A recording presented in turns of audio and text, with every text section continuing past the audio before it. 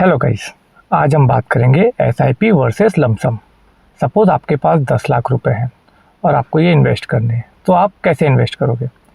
1 लाख रुपए per month, या फिर वन शॉट 10 लाख रुपए डाल दोगे, या फिर 5-5 लाख रुपए 2 बार में डालोगे? आज का हमारा डिस्कशन शायद आपको सरप्राइज कर सकता है।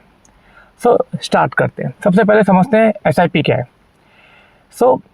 फुल फॉर्म होता है एसआईपी, सिस्टमेटिक इन्वेस्टमेंट प्लानिंग। कोई भी पैसा सिस्टमेटिकली हर मंथ एक फिक्स अमाउंट इन्वेस्ट करो, दैट इज एसआईपी।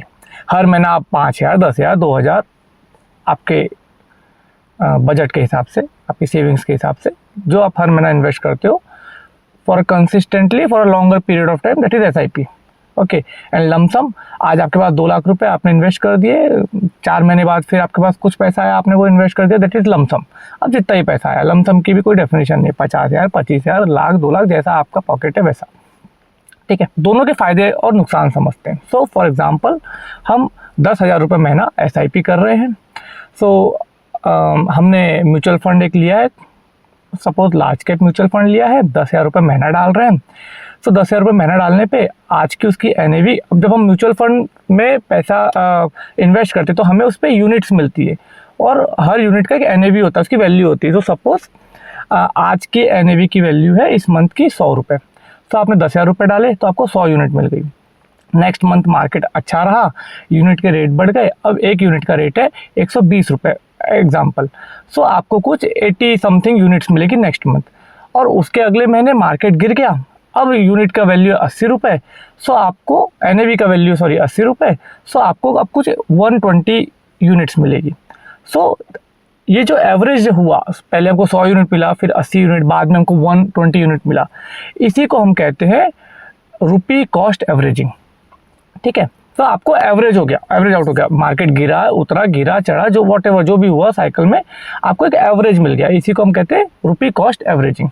ठीक है, अभी रुपी कॉस्ट एवरेजिंग कोई गारंटी नहीं देता कि आपको प्रॉफिट होगा, या ये भी गारंटी नहीं देता कि वो आपके लॉस को बचाएगा।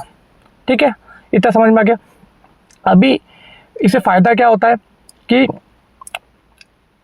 मान लो आपने 10,000 रुपये इन्वेस्ट किया, अब नेक्स्ट मंथ मार्केट गिर गया तो आपको ज़्यादा यूनिट्स मिल गई, और मार्केट गिर गया आपको और ज़्यादा यूनिट्स मिल गई।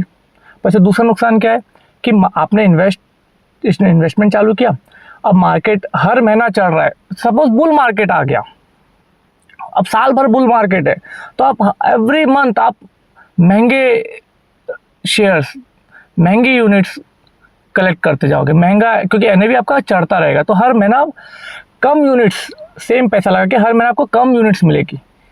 तो उसका एक ड्रॉबैक है। और फ़ायदा ये है कि अगर आपकी एंट्री ऐसे टाइम पे हो गई जब बेयर मार्केट चल रहा था, तो हर महीना आपको ज़्यादा यूनिट्स मिल रही है, क्योंकि एनएवी का वैल्यू कम हो रहा है। ओके, इसलिए बोलते हैं कि लॉन्गर पीरियड ऑफ टाइम के लिए इन्वेस्ट करोगे तो आपको बुल मार्केट, बियर मार्केट सब उस पर इन्वॉल्व हो जाएगा, तो एवरेज आउट हो जाएगा सारा का सारा। ठीक है, अब तो ये तो हमें समझ आ गया, फ़ायदा भी है और नुकसान भी है। ठीक है, अब दूसरा क्या है, लमसम। अब लमसम में क्या होता है कि 10 लाख रुपए हैं, 2 ऑप्शन है, या तो 1 लाख रुपए हर महीना लगा दूं, या फिर एक साथ 10 लाख रुपए लगा दूं। अब 10 लाख रुपए लगा दिया और मार्केट 10% ऊपर चला गया, सेम जैसा एसआईपी में, वैसे ये भी समझेंगे। 10 लाख रुपए लगा दिया, मार्केट 10% ऊपर चला गया, आपको 1 लाख रुपए का प्रॉफिट हो गया, क्योंकि आपने स्टार्टिंग में ज़्यादा पैसा लगा दिया, तो ज़्यादा पैसा ज़्यादा काम करेगा, तो ज़्यादा उससे फ़ायदा होगा। आपको 10 लाख रुपए लगा के 1 लाख का प्रॉफिट हो गया। अगले महीने फिर 10% मार्केट चढ़ गया, आपको अब 11 लाख रुपए में फिर से 1,10,000 का फ़ायदा हो गया। पर मार्केट अगर कंसेक्यूटिव 2-3 महीना गिर जाए तो आपके 10 लाख रुपए कब 8 लाख रुपए हो जाएंगे, आपको पता ही नहीं चलेगा। दोनों में सेम वो है। एसआईपी जो है वो आपको साइकोलॉजिकली बिहेवियर मैनेजमेंट में हेल्प करता है। आपको कई बार ये लगता है कि पैसा डाला और मार्केट गिर गया, तो आपको लगा कि शायद गलती हो गई, एसआईपी करनी थी।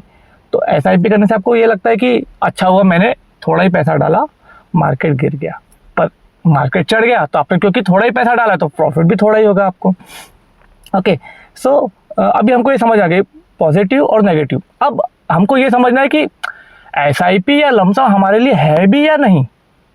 फॉर एग्जाम्पल, जैसे मेरे लिए, मैं एक वर्किंग क्लास हूँ। ओके, मुझे हर महीना सैलरी आती है, मुझे लमसम साल में शायद एक ही बार मिलता है, जब बोनस, वो भी सबको हर साल नहीं मिलता और वो भी फिक्स नहीं होता कब मिलेगा। सो अगर पैसा मुझे महीने में एक ही बार आता है तो मैं लमसम कैसे करूँगा? मैं फ्यूचर में आने वाले पैसे को आज ही तो इन्वेस्ट नहीं कर सकता। सो लमसम मेरे लिए है ही नहीं। और साल में कभी एक बार पैसा आ गया और वो हमारी ज़रूरतें कैसी हैं उस समय पे, हमारी नीड क्या है कि नहीं? सो इसलिए मेरे लिए SIP बेस्ट है, पर शायद आपके लिए लमसम बेस्ट हो। जैसे मेरा एक भाई है, उसका बिजनेस है, वो बोलता है कि यार हर महीना पैसे निकालना मुश्किल है, मुझे क्लाइंट से 2-3 महीने में एक बार पैसा आता है, तो मैं ये कर सकता हूँ कि मैं 10% या 20% जो भी पैसा आया वो अमाउंट को 10% सीधे लमसम कर दूँ। ऑफकोर्स, क्योंकि वही ऑप्शन है। जब पैसा हर महीना आता ही नहीं तो SIP करोगे कैसे? सो आपके लिए लमसम बेटर है कि नहीं? सो अब बहुत सी चीज़ें डिपेंड इसमें करती है। आपका टाइम हॉरिजॉन कितना है, आपका इमरजेंसी फंड कितना है, आपके फाइनेंशियल गोल्स क्या है, आपके एसेट एलोकेशन क्या है, आपका रिस्क टॉलरेंस क्या है। रिस्क टॉलरेंस इसलिए क्योंकि अब 10 लाख रुपए लगा दिया, अब 10 लाख रुपए लगा हुआ है रिस्क पे, क्योंकि मार्केट है, ऊपर और नीचे तो होता रहता है। तो आपका टॉलरेंस क्या है? आप 10,000 में कंफर्टेबल हो कि 10 लाख में कंफर्टेबल हो? 10 लाख में कंफर्टेबल हो तो लमसम इज फॉर यू। पर कंडीशन, लमसम के लिए पैसा भी तो होना चाहिए ना आपके पास। आपका टॉलरेंस बहुत ज़्यादा हो पर पैसे ही नहीं, तो वो टॉलरेंस का क्या काम, रिस्क टॉलरेंस का क्या काम? सो सबकी ज़रूरतें अलग है। सो दोनों ही सही है, दोनों में कोई प्रॉब्लम नहीं, दोनों के अपने फीड पॉजिटिव है, दोनों के अपने नेगेटिव है। सो आपको अपना पैसा, अपनी ज़रूरत, अपनी साइकोलॉजी के हिसाब से, अपने टॉलरेंस के हिसाब से इन्वेस्ट करना है। Just for the data, last month India ने या इंडियंस ने 31,000 करोड़ रुपीस SIP में इन्वेस्ट किया है, और जो कि बहुत अच्छा डेटा है। हम आम जनता बहुत सही जा रही है, बहुत अच्छा कर रही है, क्योंकि आपको एक्सपर्ट होना ज़रूरी नहीं है इन्वेस्टमेंट करने के लिए, आपको पेशेंसफुल होना बहुत ज़्यादा ज़रूरी है। होप आपको ये बेसिक डिस्कशन अच्छा लगा होगा और आपके थॉट्स क्लियर हुए होंगे। याद रखिए, पैसे को लंबे समय तक रखना है। SIP और लमसम डजंट मैटर, लंबे समय तक रखना है, तभी कंपाउंडिंग काम करेगी और तभी पैसा। मैं हर वीडियो में इसीलिए बोलता हूँ कि बहुत कॉमन सी बेसिक सी चीज़ें हैं और यही हमें सीखनी है। पैसा तो हर कोई लगा रहा है और हर कोई लगा सकता है, पर पैसा लगा के रखना ही तो बड़ा टास्क है। Hope you understand. मिलते हैं अगली क्लास में, सॉरी नॉट क्लास, मिलते हैं अगले वीडियो में। कुछ भी राय तो मैसेज करो, we will discuss. Thank you.